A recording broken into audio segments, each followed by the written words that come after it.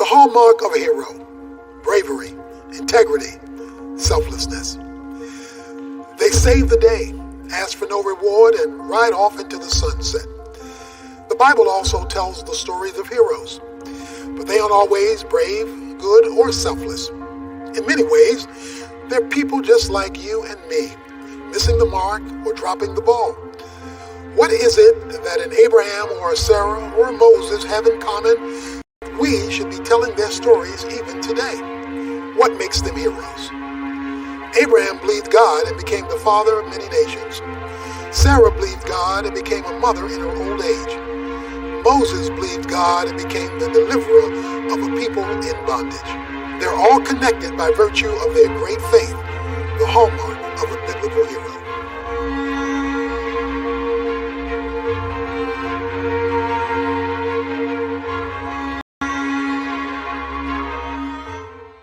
There are many people today who are living with the sense of hopelessness, a sense that it's not working, it's not worth it, it's not fair, I quit, I give in, I throw in the towel, I can't take it anymore. A sense of profound despair. That was true of the folks that the author of Hebrews was writing. They were on the verge of quitting the faith, going back to the world. They didn't think this Christian thing was worth it. It just wasn't working out for them. What leads him to discuss this concept is summarized in chapter 10, beginning with verse 35. In chapter 10 of Hebrews, verse 35, he says, "Therefore, do not throw away your confidence, which has a great reward.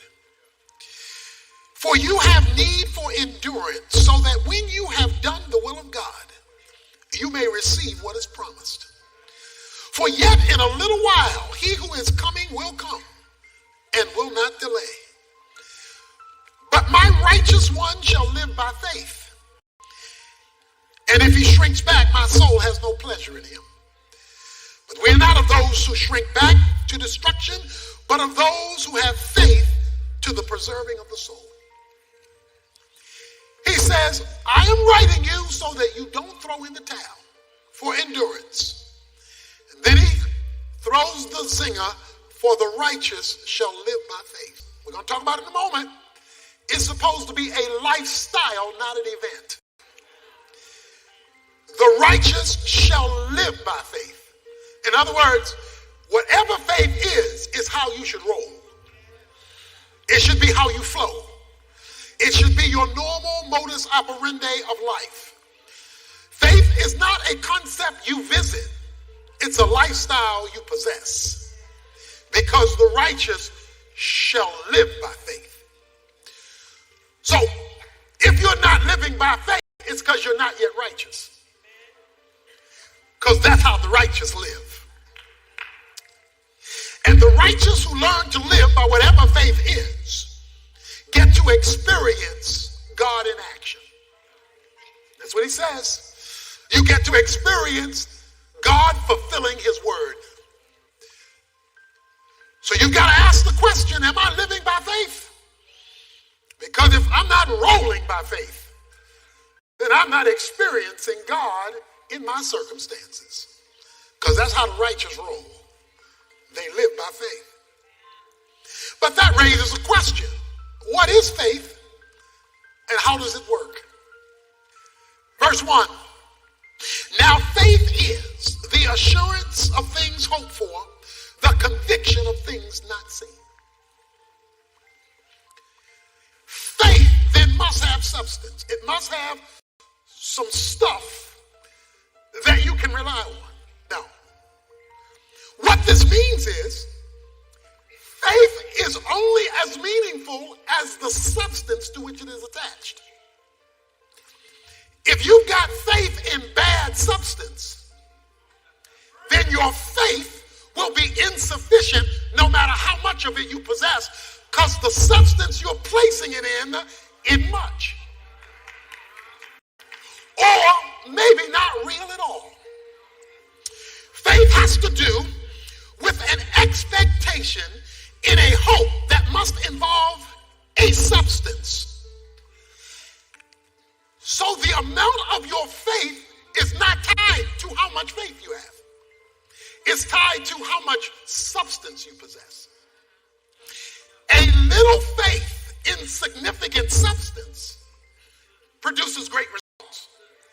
A lot of faith in insufficient substance will produce no results. Because what makes faith faith is the substance to which it is attached. So to understand faith, you have to look at the substance of things hoped for, things not seen. So let me clarify something then about what faith is not. Faith is not how you feel. Faith is not, let me put in a word, necessarily how you feel. You can feel faithless, but be full of faith. You can feel full of faith and have no faith. Because faith is not, first and foremost, an emotion. Emotions do not have intellect.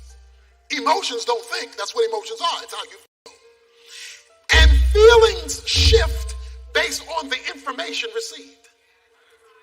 Faith is tied to substance that is not yet seen or experienced with the five senses, but that you are convinced is real based on the integrity of the subject who is calling for the faith. Who is the subject calling for the faith? It's God. He says, after you've done the will of God. Now, let me tell you why this sermon and this series, for many, may be the most important one you've ever heard. Because Hebrews 11 verse 6 says, without faith, it is impossible to please God. Don't miss this one. Faith is not one of the things you need. It is the key thing you need if you want to experience God. Because without it, it says you are displeasing to God. Because when you don't exercise faith, you are challenging God's integrity. Now, let me put it in everyday language.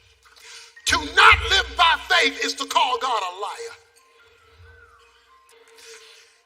So let me give you or remind you again of the formal definition of faith.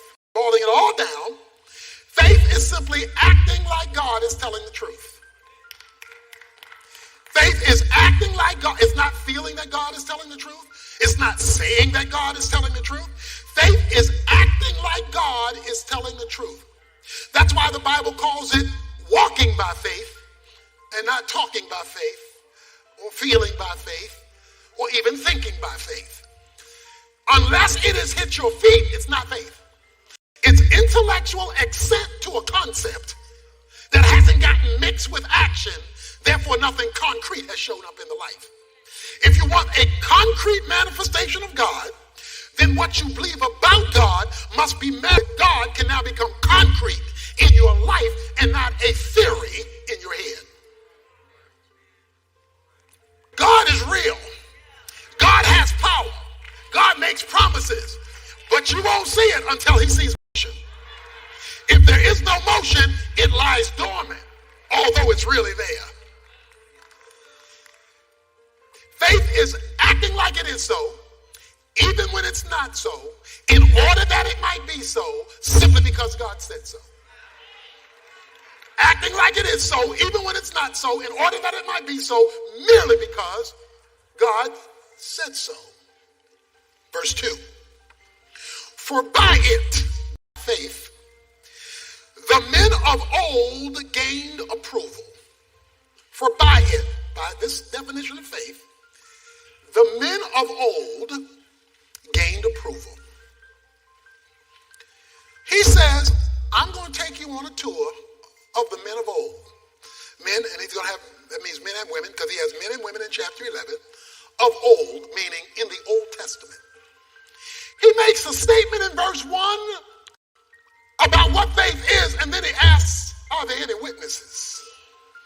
He reaches back into the Old Testament and he pulls out witnesses from the Old Testament for us New Testament Christians to know that what worked for them is what you need to work for you. He's got some witnesses.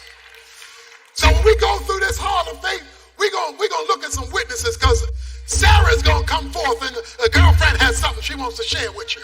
David's gonna give a testimony. Joseph's gonna give a testimony. The patriarch's gonna give a testimony.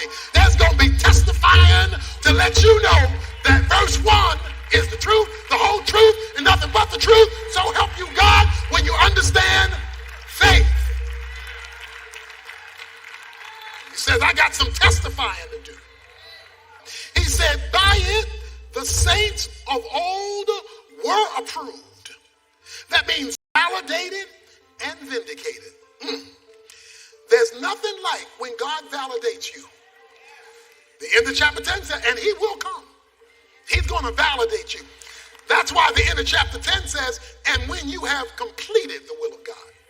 See, because some of us are in college for 20 years because we've not completed the course we've been called on. So we've not received the approval of graduation, the validation and vindication of a life of faith.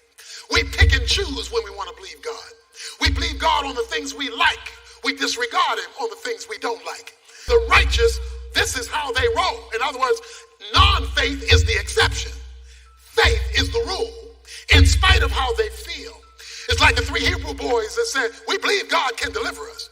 But even if he doesn't, we're not going to bow because we trust God. It's like Habakkuk says in Habakkuk chapter 3, in the last few verses, though there's no fig on the tree, though there is no cattle in the stall, though I can't see anything God is doing, I'm going to still rejoice because I still know God, even though I can't see a change in my situation, because God has integrity in spite of my circumstances. There's some strange people in this list in Hebrews 11. There's some folk in this list that if we were making the list, wouldn't have made the list. You got a prostitute in this list. You got a liar in this list. You got some messed up people who made the list. Oh, that ought to be some good news to somebody. Even though you walk through this door, toe up from the floor up, even though you walk through this door of spiritual failure, if you right now will begin to live by faith, God still will let you make a list.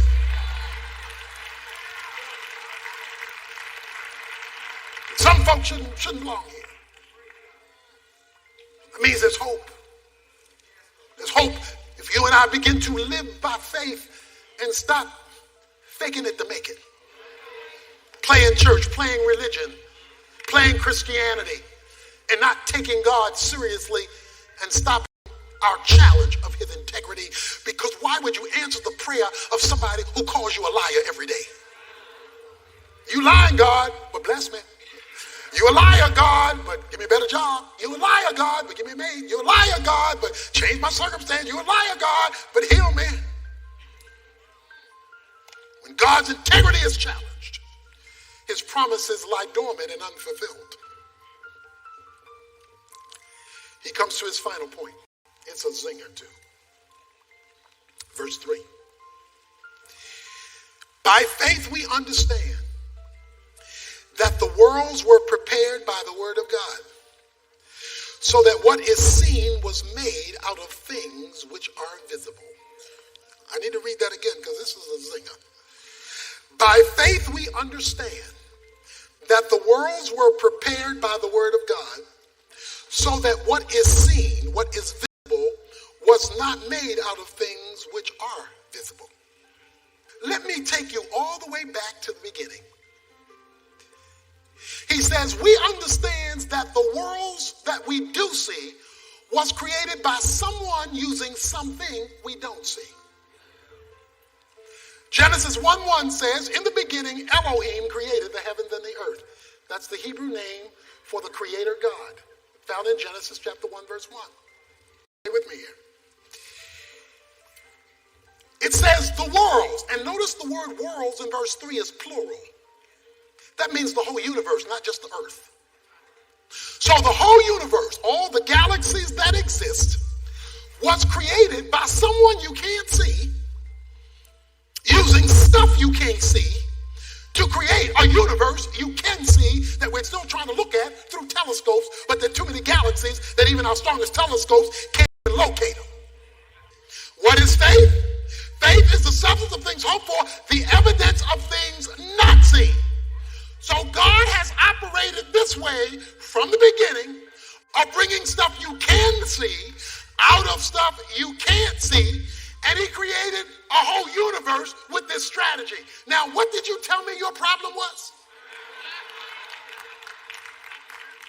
God used this strategy to create the universe.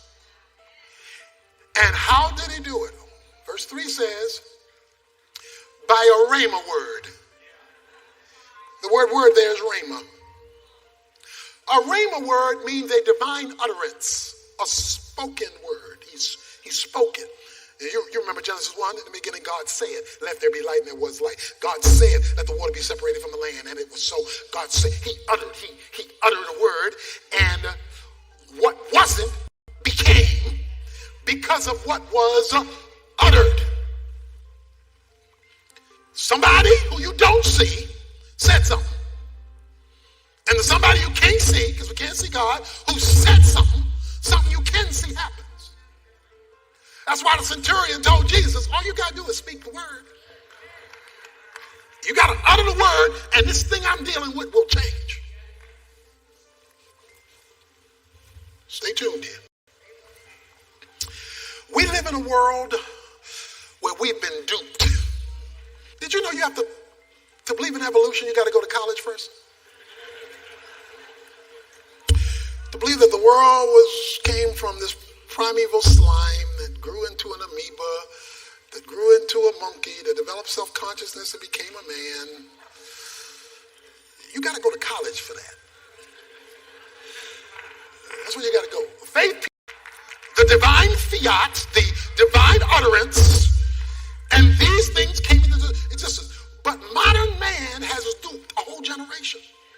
And so we have a generation that does not see God move because we've been duped by education. We've educated ourselves into becoming fools. We've been duped by philosophy. All philosophy is are men doodling with ideas. Since God is the same yesterday, today, and forever, he still operates on the faith principle. That what you see comes from what you don't see. So if you don't start with what you don't see, faith in what God says you can see, things you won't see. You'll just discuss it in science class. Some people read the Bible and say, I don't understand it. The question is, do you trust the author? Even though I don't understand it, and even if I can read it, I don't know what it means. Some people read the Bible, I don't understand it. I don't know what it means, but I know who wrote it. And because I believe the one who wrote it has integrity, I'm going to take it to the pharmacy. I'm going to get it fulfilled. But faith has not occurred simply by picking up what was written from a person of integrity, getting what he provides. Faith has not been exercised until you take the medicine. Until you act on the prescription, all it is writing on a piece of paper by a person who has integrity that is of absolutely no benefit to you. The question you have to ask with faith is, does God have integrity? And if he does, will I align what he tells me to do in every area of life? Not just in church life, not just in quote unquote the religious life, but every aspect of life, my career, my money, my relationships, my singlehood, my this, my that, and God have integrity on every subject. You say, but I don't see it. And you won't until he sees you moving in faith. Normally sitting right there is my grandson, the littlest grandson, J2. We call him J2, Jonathan II. After the second service on most Sundays, Jonathan II runs out at the end of the service, runs up the step, comes over to the edge and says, Poppy, which is what he calls me, catch me. And he stands up here and I hold my hands out and he jumps. I did this with the other grandkids too when they were that small. They come up here and jump. So he comes up. So I hold out my hands and he jumps. But it always wasn't like that. Let me rewind. Initially, I picked him up and put him up here. And I stood down there and I said, J2, jump. He said, no, I'm scared. I said, J2, I got you. He said, no. I said, J2, but I'm right here. I got you. He couldn't say it like this, but he was basically saying, I'm scared. No. But I kept uttering the word. The problem is he wasn't believing the word because he was not confident in my integrity. He was not convinced I either had the will or the ability to catch him and that I would let him fall. But after pounding him with the word over and over, J2 jump, J2 jump, J2 jump, J2 jump, J2 jump, pounding him with the word, he came over to the edge. I said, jump, J2. He said, come closer. You're too far. But when he asked me to draw near, when he called on me to draw near, I came a little bit closer and I drew a little bit nearer because I knew the closer I got, the more confident he would have. And so I said, J2, jump. He lifted up one leg but kept the other leg down. He wasn't fully confident. And so he didn't jump. He just kind of typically leaned forward so that I could grab him. I put him back up there. I said, J2, jump. This time he went up a little higher. J2, jump. He went even higher. Now at the end of the church, he runs out here and says, catch me. I'm jumping. Sometimes he jumped before I even put out my hand because he's learned to believe in my integrity. He believes that Poppy is not going to drop him. It's not going to let him down. It's not going to fall on his face. And once he becomes convinced that he can trust me, he now invites the opportunity. Catch me in this situation. Catch me in this circumstance because I have learned to trust you. I have learned that my God has integrity. Praise God that we possess a God who possesses integrity when we act on the unseen.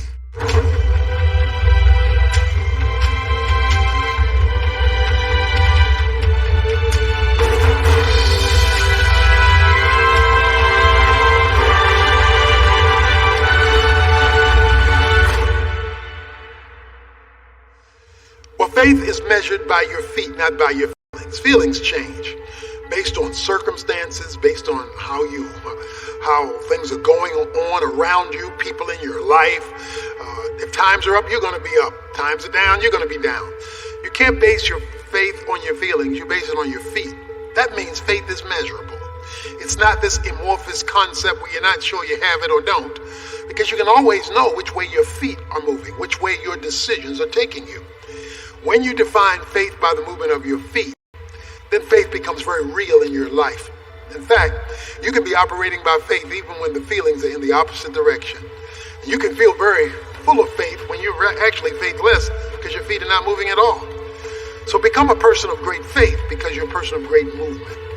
And the bigger you make God in your life and your movement consistent with the scope of his size, the greater your faith will be. When you move in concert with a big God, you really are exercising big faith. If you keep keep God small, then you're going to have many steps. And you won't be exercising much faith. So keep moving with your feet, in spite of how you feel. And the greater the movement, the greater the faith.